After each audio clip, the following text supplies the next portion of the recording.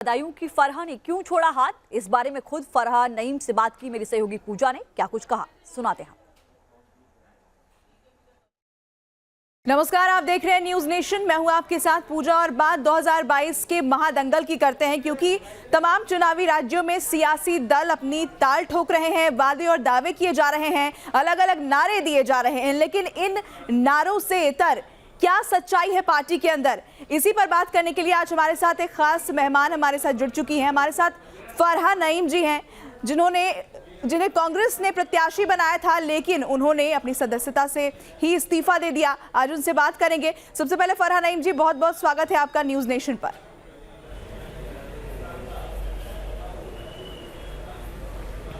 जी पूजा जी।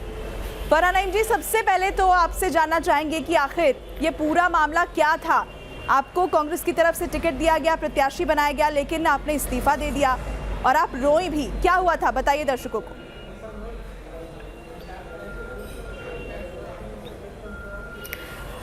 ऐसा है कि मैं कांग्रेस जो है फरहा नईम, मतलब अगर नहीं कहीं नाम आता है तो पहले ही सब समझ जाते हैं कि कांग्रेस, मतलब मेरे नाम से भी कांग्रेस जानी जाती है, क्योंकि मैंने कांग्रेस के लिए अपना बहुत सारा जीवन का पूरा हिस्सा कांग्रेस को दिया।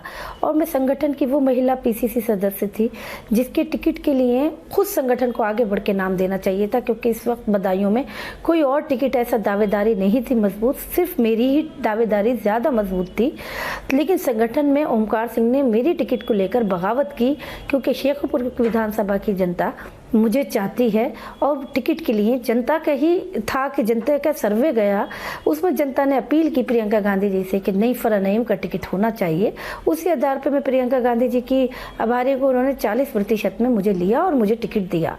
मगर ओमकार सिंह जी ने ऐसी बगावत की कि मेरे चरित्र को छानना शुरू कर दिया, मुझ पर उंगलियां उठाने लगे और अभद्र टिप्पणियां करने लगे टिकट को रोकने के लिए, जिससे कि इतनी मेरी अस्मिता पर ठेस पहुंची कि आज मैंने कांग्रेस पार्टी से इस्तीफा भी दिया है और मैंने सिंबल भी वापस कर दिया। चुनाव नहीं लड़ना चाहती हूँ, क्योंकि मैं चुनाव लड़कर उन लोगों की ईमानदारी से नहीं खेलना चाहती जो मेरे साथ जुड़े हैं। शेखपुर विधानसभा की जनता है, शेखपुर के लोग हैं, और शेखपुर के लोग वो जो मुझ पर भरोसा कर रहे हैं, जो चाहते हैं कि फरहा नईम लड़ें और वो हमारे काम आए ईमानदारी से। लेकिन मैं लड़कर उन लोगों को उनका वोट मतलब ले करके और उनका सब सम्मान करने की जगह उनका अपमान करवाऊं, उन महिला का अपमान करवाऊं ओमकार सिंह जी के हाथों से, क्योंकि ओमकार सिंह संगठन में हैं और वो अपमान लगातार महिलाओं का करते हैं। जिस तरह उन्होंने मेरे चरित्र पर अभद्र टिप्पणियां की, तो वो जब मैं यहाँ सुरक्षित नहीं हूँ ओमकार सिंह के साथ, तो मेरे क्षेत्र की जनता कैसे सुरक्षित है, मेरे यहाँ की महिलाएं कैसे सुरक्षित हैं। मेरे बदायूं जिले की पूरी कांग्रेस को दीमक की तरह चाट गए ओमकार सिंह की दलाली चाट गई। ओमकार सिंह ने टिकटों में भी दलाली की है। ओमकार सिंह ने हर कैंडिडेट से पैसा लेकर रखा हुआ था, जिनका टिकट, जो अच्छे कैंडिडेट थे उनका टिकट कटवाने में लगे रहे और कटवा भी दिया। मेरा टिकट उनसे कट नहीं पाया, क्योंकि मैं जनता की पुकार हूँ। और वो कहते हैं कि मैं लड़ने से भागी, मैं लड़ने से नहीं भागी हूँ, मैं लड़ने से नहीं, मैं ऐसे गंदे आदमी से भागी हूँ जो महिलाओं को सुरक्षित नहीं कर सकता, उनका अपमान करता है। मैं उन महिलाओं को उससे बचाना चाहती हूँ जो महिलाएं मुझ पर भरोसा करके वोट देंगी, जो बच्चे, जो लड़के रोजगार के लिए मुझे वोट देंगे, जो लड़कियां पढ़ाई के लिए, शिक्षा के लिए, रोजगार के लिए मुझे वोट देंगी, और उसमें ओमकार सिंह दलाली करेंगे। उस दलाली को मुझ तक होके गुजरना पड़ेगा। मुझे वो दलाली नहीं करवानी है, और ना मैं दलालों का साथ देती हूँ, ना मैं दलालों का आगे साथ दूंगी। इसलिए मुझे पार्टी से इस्तीफा देना पड़ा और टिकट भी वापस करना पड़ा है।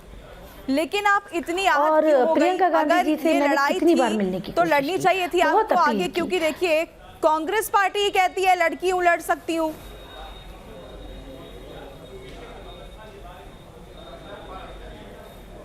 कांग्रेस पार्टी ये नारा देती है लड़की हूँ, लड़ सकती हूँ, लेकिन उनके पास कान नहीं है सुनने के लिए। वो ये भी नारा दें कि सुन सकती हूँ, लेकिन वो सुन नहीं सकती।